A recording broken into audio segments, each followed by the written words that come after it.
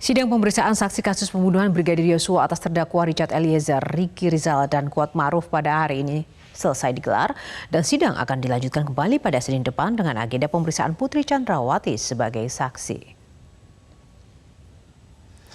Sidang lanjutan dengan terdakwa Richard Eliezer, Ricky Rizal, dan juga Kuat Ma'ruf pada hari ini sudah selesai dilaksanakan. Dan pada persidangan ini tadi Majelis Hakim sempat mencecar Ferdy Sambo soal apa yang sebetulnya terjadi di Duren 3 atau saat kejadian penembakan di tanggal 8 Juli 2022 yang menewaskan Brigadir Nofriansyah Yosua Huta Barat.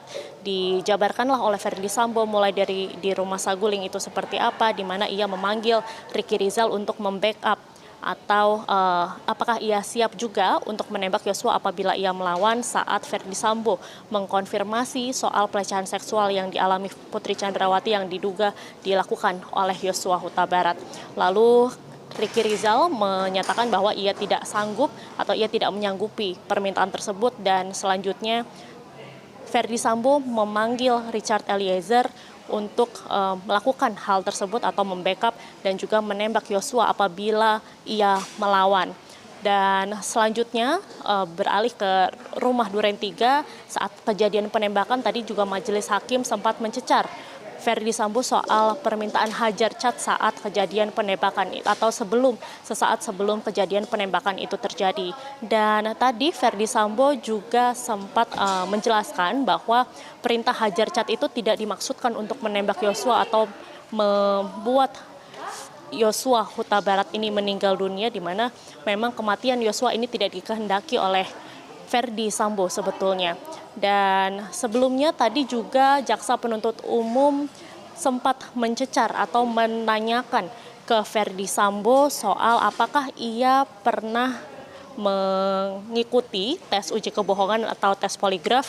Dan tadi juga Ferdy Sambo mengamini pertanyaan JPU tersebut dan bertanya, di mana tadi JPU menyatakan bahwa apakah pertanyaan yang disampaikan ketika Ferdy Sambo ini menjalani uji poligraf, dan Ferdy Sambo menjawab bahwa pertanyaan tersebut adalah apakah ia menembak Yosua atau tidak.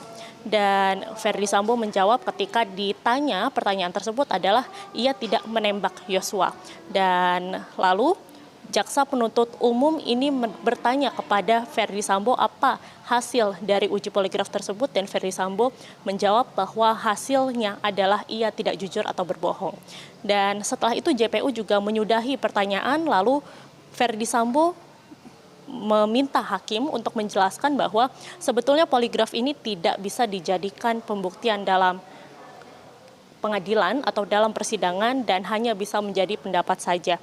Dan juga Ferdy Sambo di sini merasa di-framing dan juga meminta media untuk tidak memframing dirinya dan juga menyatakan apabila seperti dia berbohong begitu. Dan juga selanjutnya tadi berdasarkan kesaksian Sambo pada hari ini, Eliezer atau Richard Eliezer terdakwa juga sempat membantah kesaksian-kesaksian yang diberikan oleh Ferdy Sambo hari ini, diantaranya mulai dari perintah atau perintah membackup Ferdy Sambo saat di rumah saguling, di mana Richard Eliezer merasa tidak pernah ditanya apakah ia siap untuk membackup, dan juga ditanyakan apakah ia siap untuk menembak Yosua apabila ia melawan.